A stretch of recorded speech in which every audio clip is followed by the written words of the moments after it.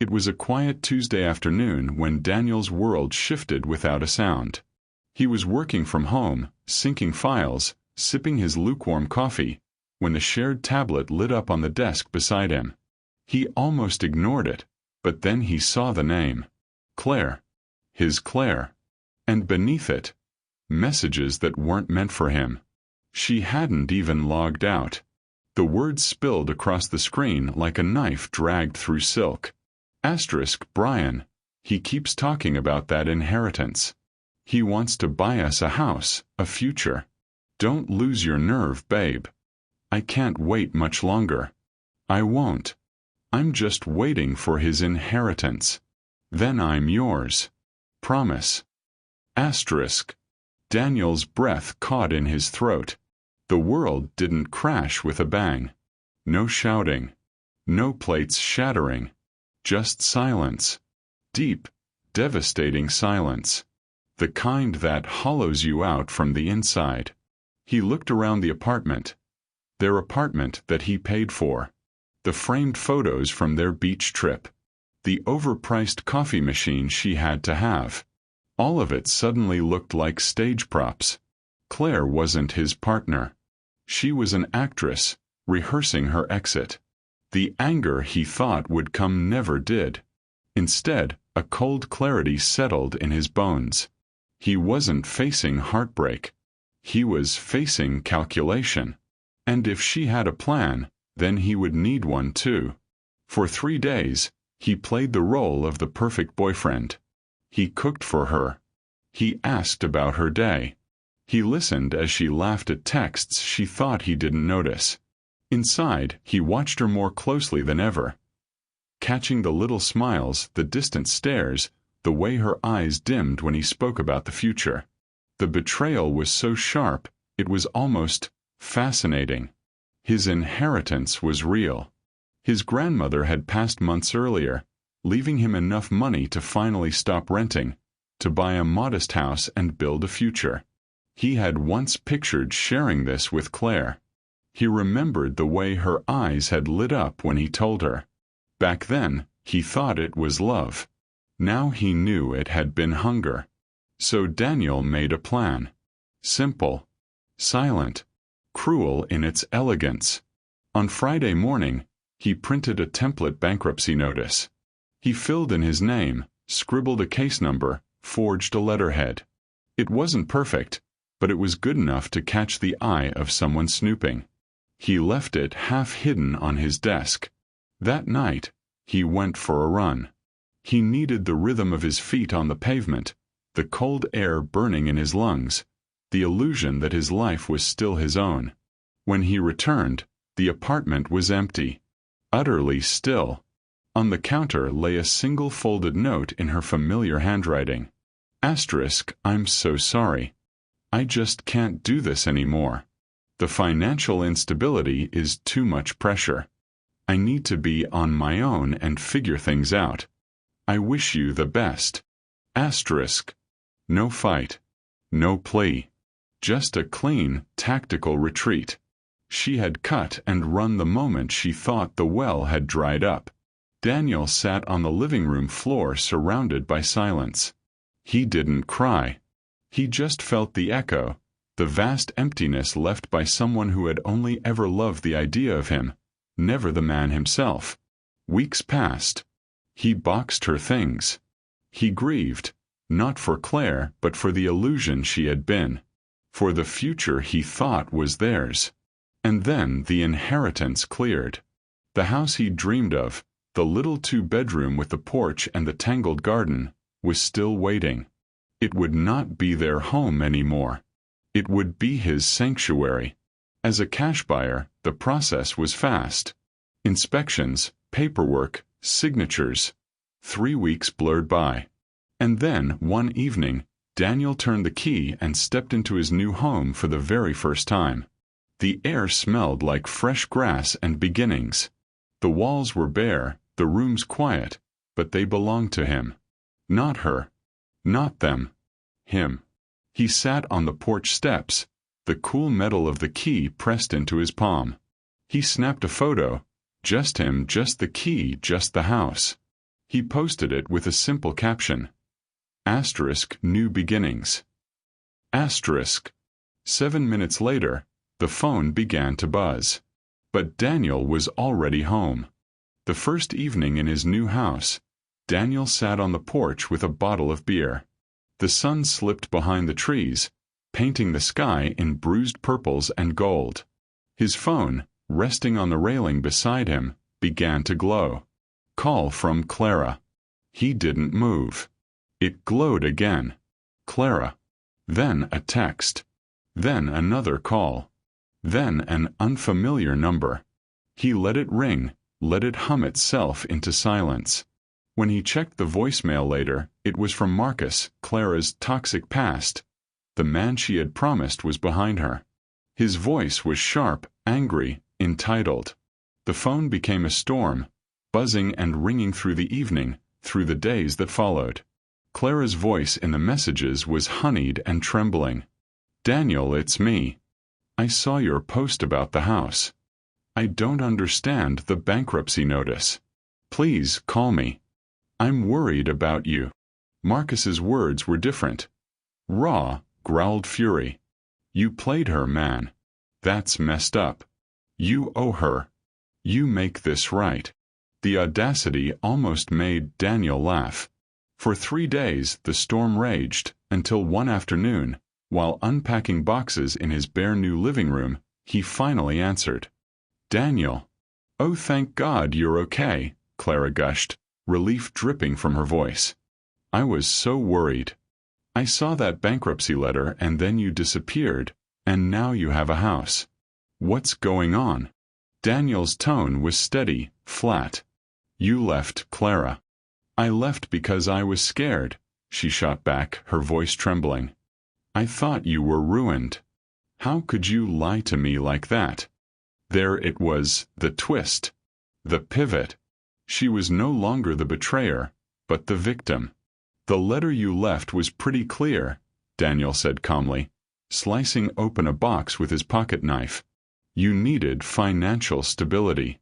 You assumed there was none here. So you walked away. End of story. Silence. He could hear her breathing, frantic, calculating. That's not fair, she snapped at last, her tone hardening. I gave you 2 years of my life. I helped you. We looked at houses together. We planned. You looked at Zillow, Daniel replied. That's not a contribution. Her voice rose, sharp and desperate. I was a supportive partner. That house, that money, I'm entitled to a share. That was supposed to be our future. You don't get to just take it all. The words hung heavy, absurd in their entitlement. Daniel let the silence stretch until it almost hurt. Then, softly, dangerously, Clara, I saw your texts to Marcus. Nothing. Not even a breath for 10 long seconds. And then, like a dam breaking, came the excuses. He was an old friend. She had been insecure. She was confused. She kept her options open because Daniel was distant. Lies upon lies, tumbling into one another. You were waiting for my inheritance, Daniel said at last. It wasn't a question. It wasn't anger. It was fact. She hung up. An hour later, Daniel's phone pinged. His Instagram post, the one of him holding the key to his new home, was under attack. Marcus had left comments. This guy's a liar. A manipulator. Don't believe him. He stole that house from Clara. Daniel's friends messaged him, confused. What's going on? Are you okay? He didn't reply. He deleted Marcus's words and blocked him. Then came the text he had been waiting for, the inevitable escalation. From Clara. I've spoken to a lawyer. I'm suing you. I'm entitled to my share. And for the emotional distress you caused me by lying. You'll be hearing from my attorney.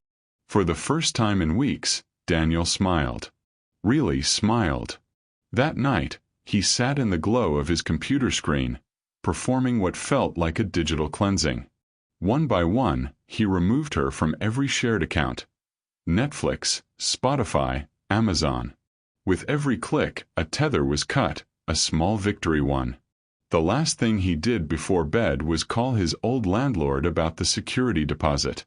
$2,850. His money, not hers. And when the morning sun poured through his kitchen window, warm and golden, an envelope lay waiting in the mailbox. Official. Stamped. Clara had done it.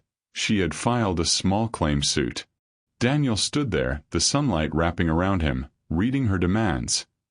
$5,000 for services rendered in financial and future planning, and emotional damages caused by deception. He let out a low laugh, shaking his head. The story was no longer tragic. It was absurd. And for the first time, Daniel realized, the storm wasn't something to fear. It was only noise. And he, finally, was free. Daniel thought the storm was over when Clara vanished from his life. But storms, he learned, have a way of circling back. It began with a phone call from his old landlord. The man's voice was thick with apology. "I'm so sorry, Daniel. The security deposit, $2,850. It's already been paid out. Clara came in the day after you moved. Said you agreed she could handle it. She signed the paperwork." Daniel stood in silence, the weight of it pressing down. She had taken more than his trust. Now she had stolen his money, too. The pain inside him hardened into something else. Not anger. Not grief. But purpose. He began to build. A file, thick and neat. His quiet fortress of truth. Into it went Clara's breakup note, her words about financial instability. Then the printouts of her messages with Marcus. He highlighted the line that burned into his memory. "I'm just waiting for his inheritance. Then I'm yours." This wasn't just heartbreak anymore. It was about accountability. He wrote Clara a formal letter about the deposit. Polite. Precise. Unbending. 14 days to return the full amount or he would take her to court. He sent it by certified mail and email both. The real confrontation came suddenly, like thunder breaking across a quiet sky. Daniel was leaving his office one afternoon when he heard his name shouted across the plaza. Marcus was jogging toward him, his face twisted with fury. He was taller, broader, every movement designed to intimidate. "We need to talk," Marcus snapped, stepping into his space. "There's nothing to talk about," Daniel replied calmly, not moving an inch. "You're going to make this right with Clara. You humiliated her. You're a psycho. Who does that? Playing games like that." "The only game," Daniel said evenly, "was the one she played with me. For money." Marcus scoffed. "She invested years in you. You owe her something." Daniel's eyes didn't waver. "The only thing owed is my $2,850 deposit. The one your girlfriend stole." Marcus smirked, leaning close, his voice low. "She told me you said she could have it. For her troubles. Who do you think the landlord's going to believe?" And in that moment Daniel understood. Marcus wasn't just aware of Clara's theft. He was proud of it. They had woven their lie together. "Thank you," Daniel said softly, with genuine calm. "That's a very interesting perspective." Then he turned, walked away, and left Marcus standing there confused by the absence of rage. As soon as Daniel reached his car, he pulled out his phone and sent himself an email. A record of Marcus's words, the date, the time. Another page for the file. Another stone in his quiet wall of truth. The social fallout was crueler. Clara spun her story to anyone who would listen. She said Daniel had faked bankruptcy to control her. That he'd thrown her out, broken down, lost his mind. Some people believed her. Daniel's phone grew quiet. It hurt to be cast as the villain in his own life. But he kept his faith in the slow, steady power of truth. Lies flare bright. Truth endures. At last, the day of the hearing arrived. The courtroom was no grand hall of justice. Just a small room with fluorescent lights and chairs rubbed threadbare. Clara and Marcus were already there when Daniel walked in. She was dressed like a woman deeply wronged, her posture perfect, her eyes glistening. Marcus sat beside her, arms crossed, glaring like a bodyguard in some television drama. They thought this was a stage, that the most emotional speech would win the day. Clara went first. Her words spilled out in trembling sorrow. She spoke of Daniel's deception, the emotional distress, the future he had stolen from her. She wept in all the right places, her voice breaking like a trained actress. It was a compelling performance. Then it was Daniel's turn. He didn't give a speech. He didn't raise his voice. He simply opened his file. "Exhibit A," he said, laying Clara's note on the bench. Her handwriting, her own words, that she was leaving him because of financial instability, written the very day she thought he had gone bankrupt. "Exhibit B," Daniel continued, placing the printed messages between Clara and Marcus before the judge. He read aloud one line into the hushed room. "I'm just waiting for his inheritance. Then I'm yours." The words hung in the air, heavy and unanswerable. And for the first time, Clara's performance faltered. In the quiet courtroom, the words hung in the air like a storm cloud ready to break. "I'm just waiting for his inheritance. Then I'm yours." The judge, a no-nonsense woman in her 60s with sharp eyes that missed nothing, slowly lifted her gaze from the paper to Clara. For the first time, Clara's carefully polished composure cracked. "Exhibit C," Daniel said gently, laying another sheet on the bench. "A timeline showing Clara left my apartment on May 10th. The inheritance she referred to didn't clear my account until early June. Weeks later." The judge needed no more. She leaned back, her voice firm, her verdict clear. "Miss Hayes, your claim is not only meritless, it is audacious. To seek compensation for a partnership you intended to defraud is an abuse of this court's time." The words fell like a gavel themselves. Clara's case was dismissed with prejudice. Then came Daniel's counterclaim, the stolen security deposit. Clara clung to her story, insisting Daniel had told her she could keep it. The judge turned to Marcus, her tone sharp. "Mr. Shaw, were you aware of this arrangement?" Marcus puffed his chest, eager to look important. "Yeah. She told me," he said, "she could have it." The judge leaned forward. "So your testimony is that you knowingly supported her taking the entire deposit based on a verbal agreement?" Marcus nodded again. That was all Daniel needed. Calmly, he presented his notes from their confrontation outside his office. The date, the time, Marcus's own words. How he had tried to intimidate him, how he smugly admitted to their story. The contradiction between Marcus's aggressive swagger with Daniel and his eager helpfulness in court was glaring. The judge saw it instantly. The lie, once so carefully rehearsed, now shone brighter than the truth itself. She ruled in Daniel's favor. Clara was ordered to pay him the full $2,850, plus the court filing fees. Outside the courtroom, their whispers exploded into a hissing argument, the united front dissolving into blame and bitterness. News of what had happened spread quickly. Clara's stories unraveled. Friends who had drifted away began to send apologies. "Man, I'm so sorry. I had no idea." Daniel replied with a simple, "No worries." Their validation wasn't the prize he was after. A week later, he heard through the grapevine that Marcus's temper and the public drama had caught up with him at work. In sales, reputation is everything, and his wasn't shining anymore. His company wasn't thrilled about his threats in the lobby of a client's building. Security had barred him from Daniel's office entirely. The last ghostly echo came days later, a single bitter text from Clara, after the judgment check had arrived in his mailbox. "I hope you're happy in your stupid house all alone. You ruined my life." But Daniel felt nothing. No anger. No triumph. Just a nothing.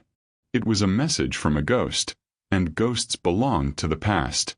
He deleted it, blocked her number, and stepped outside into the late afternoon sun. Months have passed since then. The silence Clara and Marcus left behind is no longer hollow. It is filled with the chatter of birds at dawn, the rustle of leaves in the breeze, the quiet hum of Daniel's own life. He has planted a garden. He has reconnected with the friends who truly matter. The scar of betrayal remains. It always will, but it no longer aches. It is simply a reminder of where he has been, and how far he has come. And he has learned something. The best revenge is never loud. It isn't shouting or dramatic confrontations, or ruined reputations. The best revenge is quiet. It is the steady satisfaction of building a better life on the ashes of a false one. It is sitting on your own porch, key in hand, knowing you faced betrayal with calm, with clarity, and with strength. Clara and Marcus hadn't ruined his life. They had only cleared the way. And now, Daniel's real life had finally begun.